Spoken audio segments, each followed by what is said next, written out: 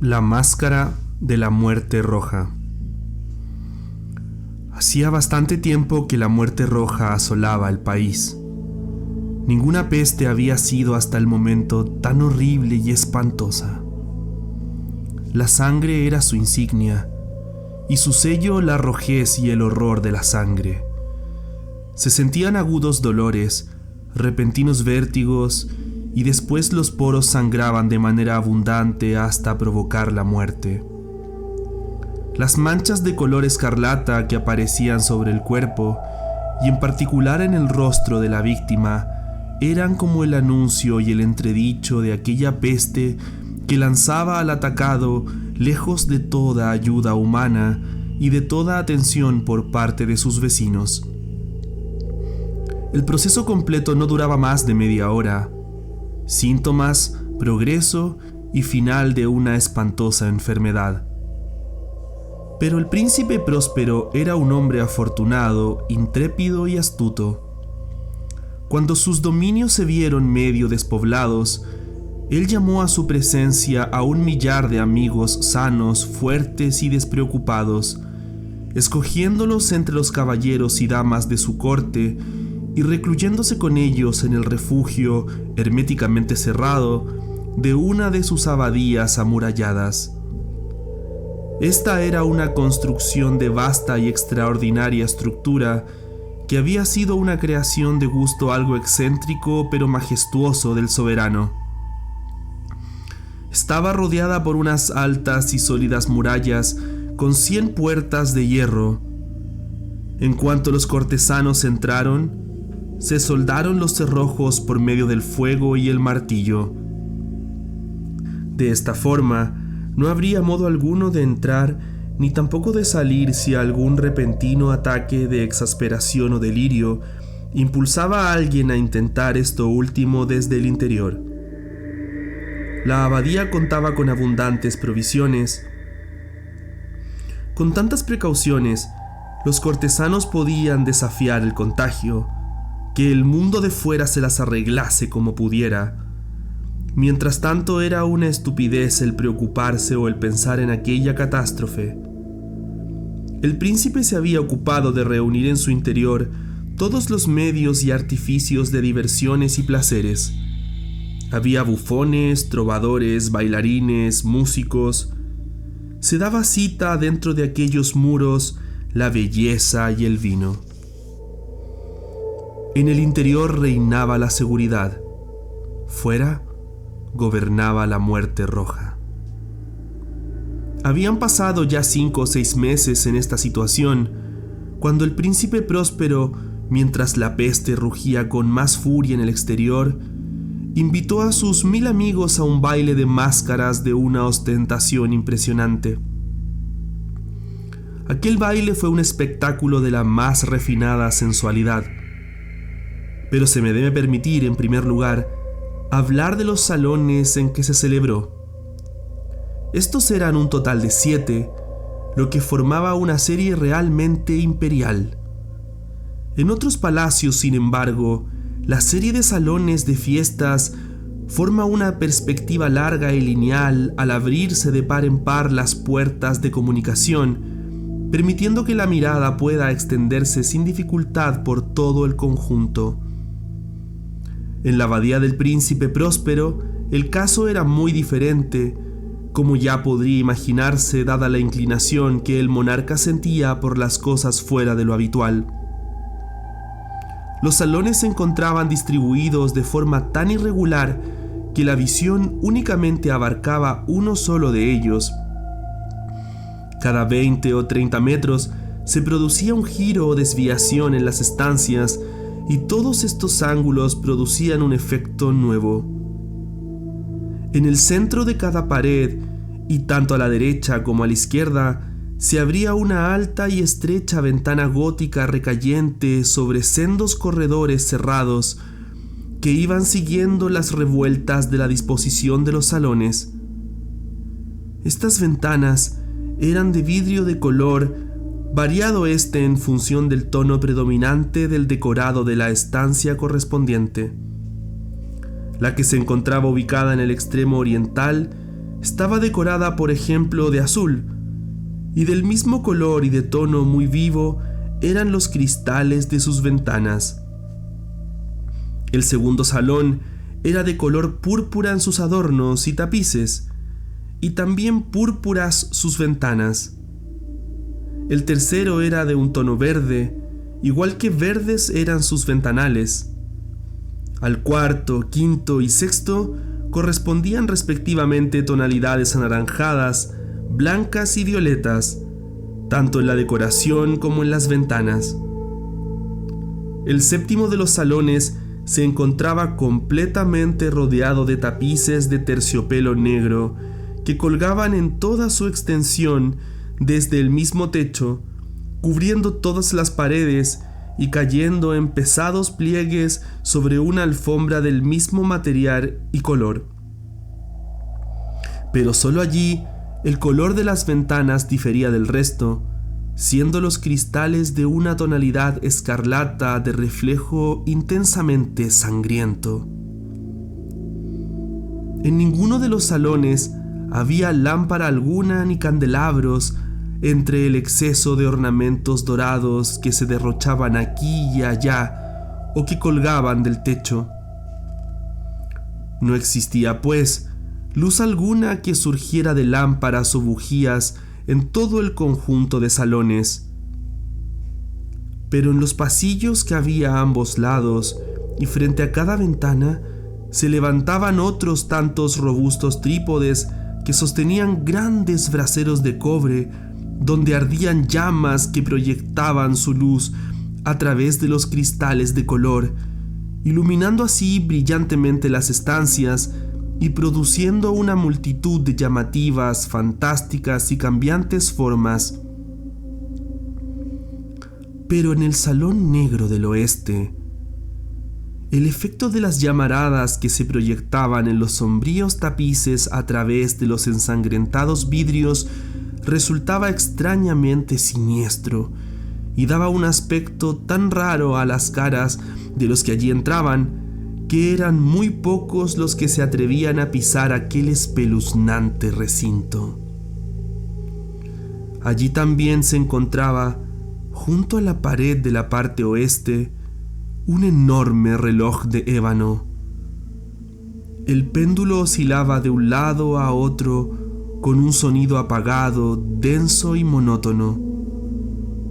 Y cuando el minutero había recorrido todo su circuito e iba a dar la hora, salía de los pulmones metálicos de la máquina un sonido que era claro, potente, profundo y claramente musical, pero dotado de un tono y de una sonoridad tal que cada hora los músicos de la orquesta se veían obligados a suspender por un momento sus ejecuciones para prestar atención a las campanadas.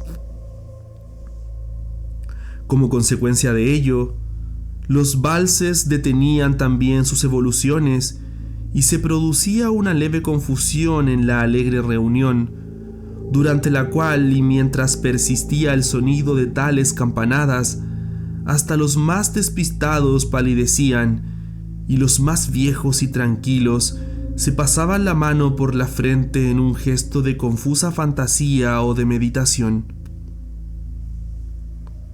Pero cuando el último eco de la campana se diluía, se alzaba por todos sitios una ligera risa, y los músicos se miraban unos a otros sonriéndose y murmurando entre sí solemnes votos para que las siguientes campanadas del reloj no provocaran en ellos emociones como aquellas, para luego, al cabo de 60 minutos, que son 3600 segundos de tiempo que vuela, de nuevo sonaba el carillón y nuevamente se repetía la misma meditación y el mismo desconcierto y nerviosismo de antes. A pesar de este detalle, las fiestas, por no llamarlas bacanales, que eran allí el pan nuestro de cada día, eran alegres y llenas de esplendor. Los gustos del príncipe eran muy peculiares. Tenía un ojo magnífico por los colores y los efectos. Le desagradaban los decorados a la moda, sin más aliciente que este. Sus planes eran atrevidos y ardientes, brillando con un resplandor que tenía algo de salvaje. Algunos le habrían tomado por un demente, pero sus cortesanos sabían que no lo era, aunque era necesario oírle, verle y tocarle para sentir una sensación favorable sobre su estado mental. Con motivo del gran baile de máscaras al que hemos aludido, fue el mismo príncipe quien dirigió una gran parte de la decoración circunstancial de los 7 salones, y su gusto personal fue el que inspiró las características de los disfraces. No cabe ninguna duda de que predominaba la nota de lo grotesco. Abundaba la ostentación y el brillo, y se recorría toda la variedad de lo sorprendente y de lo fantástico. Algo así a lo que después pudo verse en Hernani. Se veían allí figuras arabescas con atuendos bastante inadecuados y fantasmagorías delirantes propias de mentes trastornadas. Había mucho de hermoso y mucho de excéntrico, mucho también de llamativo, algo de terrible y no poco de lo que más bien podría inspirar antipatía.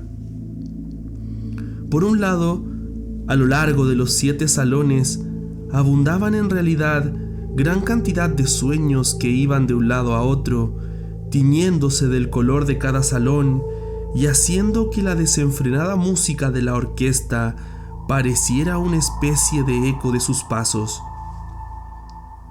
Pero entonces resonó el reloj de ébano que se encontraba en el salón de terciopelo. Durante unos instantes, todo se paralizó y enmudeció, excepto la voz del propio reloj. Los sueños parecieron haberse congelado donde estaban, pero en cuanto se desvaneció el eco de las campanadas y tras aquel momento una risa leve aún y mal reprimida acompañó su extinción. La música aumentó, renacieron los sueños y caminaron de un lado para otro más alegres aún que antes, cubriéndose siempre de los diversos coloridos de los ventanales que filtraban los rayos de los trípodes.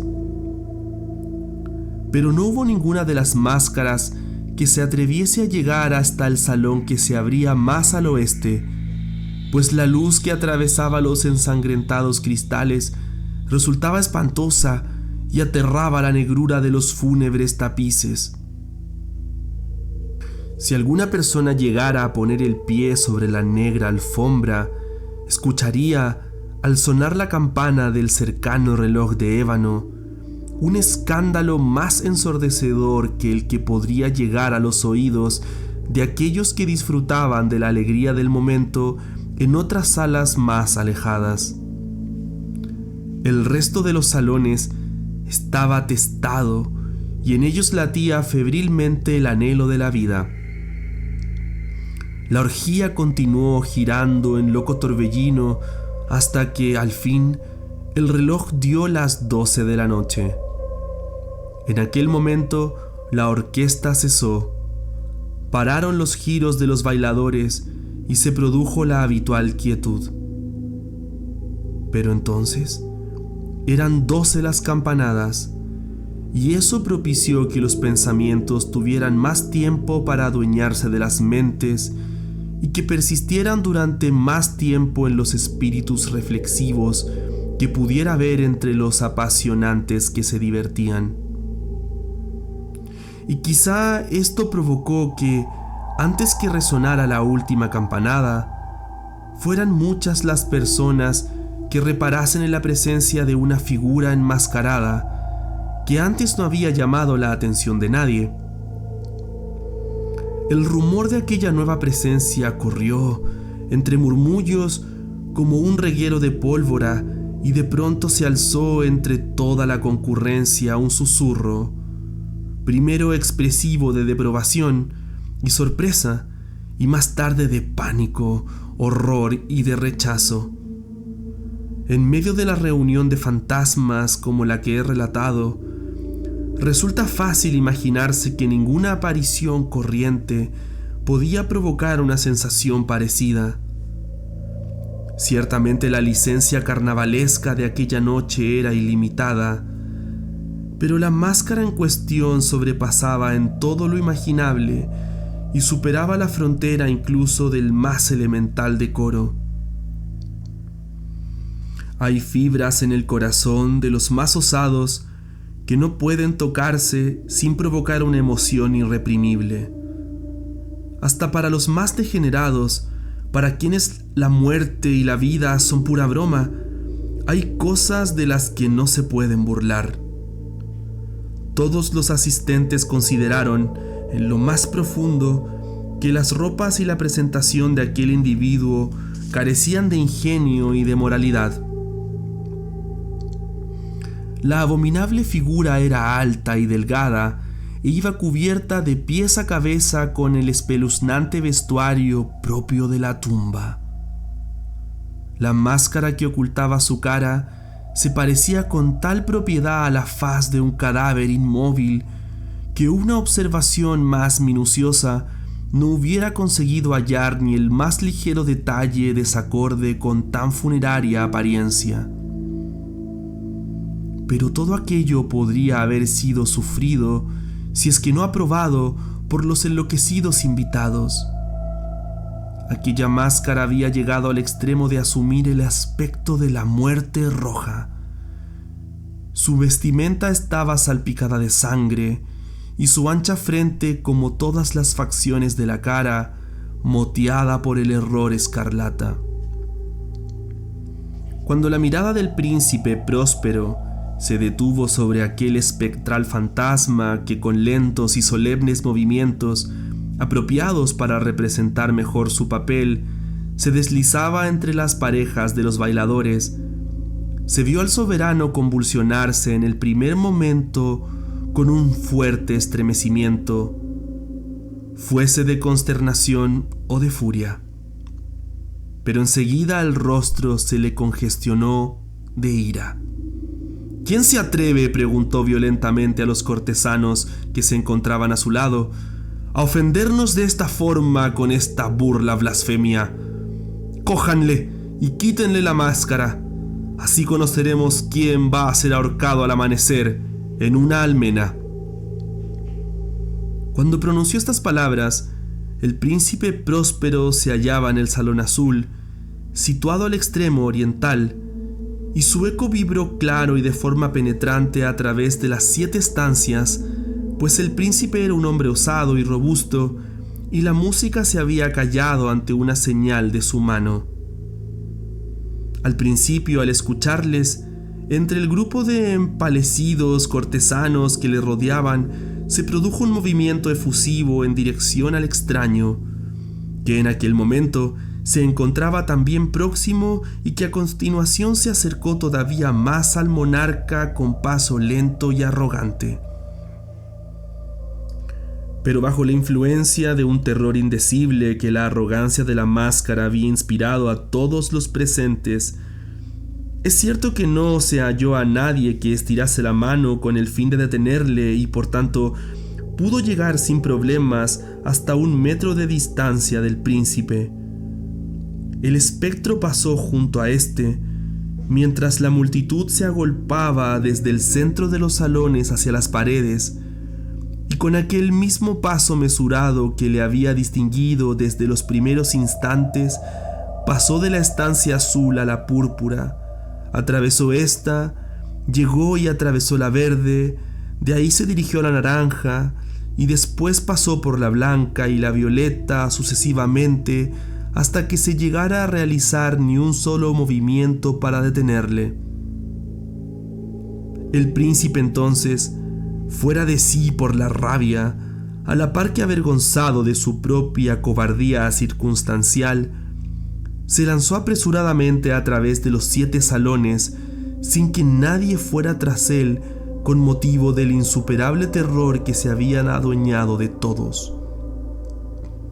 Desenvainó su daga, la alzó en lo alto y se habría acercado ya en su rápido ímpetu hasta una distancia menor a 1 metro de la figura que seguía su camino, cuando ésta, que había llegado ya al extremo opuesto del salón de terciopelo negro, se giró repentinamente e hizo frente a su seguidor. Por todos lados se alzó un agudo grito y la daga cayó reluciendo en la alfombra negra, sobre la cual de inmediato se derrumbó también sin vida el príncipe Próspero. Entonces, dominados por el valor ciego de la desesperación, unos cuantos cortesanos se lanzaron en tropel hacia el salón negro y sujetaron a la máscara cuya elevada figura permanecía inmóvil junto al reloj de ébano. Pero los osados captores dieron un respingo lleno de inenarrable espanto cuando comprobaron que la sepulcral mortaja y la máscara cadavérica en que habían puesto las manos con ruda violencia carecía de todo tacto y cualquier forma tangible. En ese momento reconocieron la presencia de la muerte roja. Había venido como un ladrón que se desliza en la noche, y uno a uno, todos aquellos obstinados fueron cayendo al suelo en los salones testigos de sus bacanales, bañando las suntuosas alfombras con la sangre que brotaba de sus cuerpos y muriendo en la desesperada postura de su caída. La vida del reloj de ébano se extinguió también con la del último de los alegres libertinos. Las llamas de los trípodes se extinguieron, y las tinieblas, la descomposición y la muerte roja se adueñaron salvajemente de todo.